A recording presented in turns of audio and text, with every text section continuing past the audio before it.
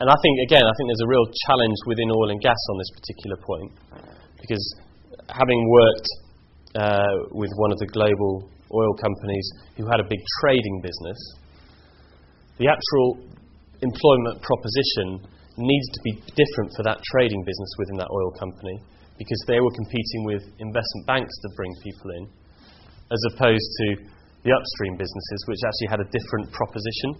But what they had to have is underpinning consistency, otherwise the organisation itself doesn't have a single identity. So first thing, it's sort of, there's clearly steps in between managing talent effectively in your overall business strategy, but I don't believe you can be effective in the way you manage your people if you're not clear as an organisation on what you stand for and the direction you're taking. We've all worked in organisations long enough to realise that organisation structures are fluid. There's always a level of ambiguity, but there needs to be some level of clarity so individuals can understand what they can aspire to. So, I join an organisation. What is the role that one day I would like to fill? Can I actually understand what skills I need, what competencies I need to be effective? Can I understand, if I move within the organisation, what skills I acquire in order to step up through the organisation structure? So I think having a sufficient level of clarity in your overall organisation structure is absolutely critical to being successful in the way that you manage talent.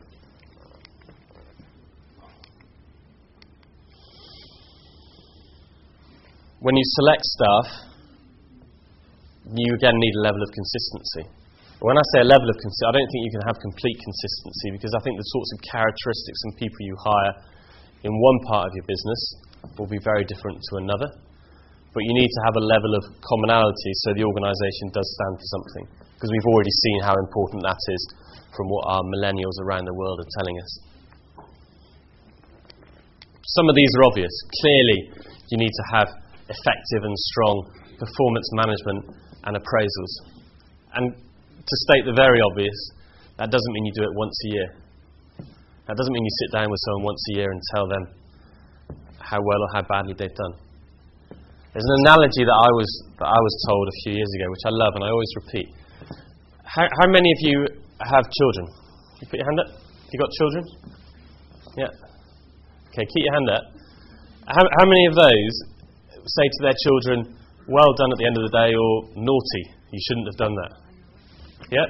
You all do that? Yeah? Okay. Right. So we do that on a daily basis with our children. Why is it that historically the way that we manage performance is through a once-a-year appraisal process? It's crazy. We need to give people more feedback. Doesn't mean we can send them to their rooms when they've been badly behaved, of course. Well, I don't know, maybe we could do it. Development, we need to make sure we're giving people the right experiences so they've got the right skills to be successful in roles in the future. I've talked about career succession and planning already, linked to the overall organisation structure. And last point is, when we're talking about managing talent, we tend to overlook this whole point around recognition and rewards. We're here on a commercial basis. People need to be recognised, people need to be paid. And they need to be paid in a way which they think is fair, which I think is always a challenge. Increasingly, obviously organisations are looking to communicate the total value of a package and not just a salary and other normally defined benefits, but they're looking to place more emphasis on the value of training, etc. Which, if you then link this back to, in particular, the green world, where the relationship between the employer and the individual is very much about their whole life, then the definition of recognition and rewards becomes even broader. But that's sort of just, sort of an 8-point checklist that you can use when you're looking at talent management. Right. I'm going to finish soon, so if you do have some questions or some challenges, then please do challenge me. Why is this important? Just to reiterate, CEOs are focused on this. 4 out of 5 CEOs want to change their strategy for managing talent. based on the survey of our global CEO survey of 1,200 CEOs. We've got to do it. We've got no choice. But I want us all to drive it as opposed to react to the CEO telling us to do something. We need to make this personal. We need to understand what our people want. We need to make them realise that they own their careers. We don't own their careers. The person who cares more about their career than anyone else is them. We love them, we want them to be successful, but they've ultimately got to manage their careers, but we've got to give them the mechanism, the tools and the framework within which to do that. But the question for me is, what's the offer? If I'm interviewing someone, increasingly they're saying to me, what does PwC... Well, if I've got to interview 1,000 people in the UK to hire, glad I'm out of the UK, actually they're saying to me, well, what does PwC stand for? What is it? You're going to pay me X, but why should I come to you versus going to Deloitte or EY or KPMG or doing something completely different?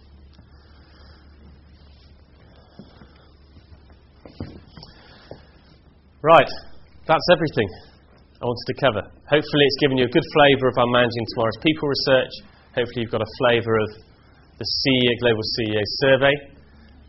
And if you didn't before, hopefully you all appreciate now that we've got to run back to the office and do even more on talent management.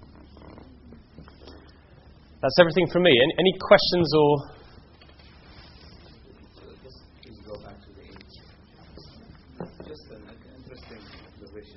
Do you want to put your thingy on? So I think I've got no idea.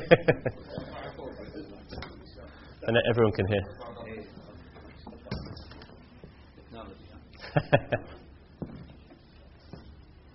There we go. Great. I just wanted feedback on the fact that you have separated the development from succession planning. As far as I see it, I think development is part of succession planning. Otherwise, it's replacement, a mere replacement. Yeah. And maybe it's visuals. I wouldn't separate them. My point is, there's 8 key components, and I think possibly visually, all of these overlap. So I wouldn't say that they're separate. I think, as I said earlier on, I think when you look at succession planning, that needs to be clearly linked to the overall organisation structure. So, great point.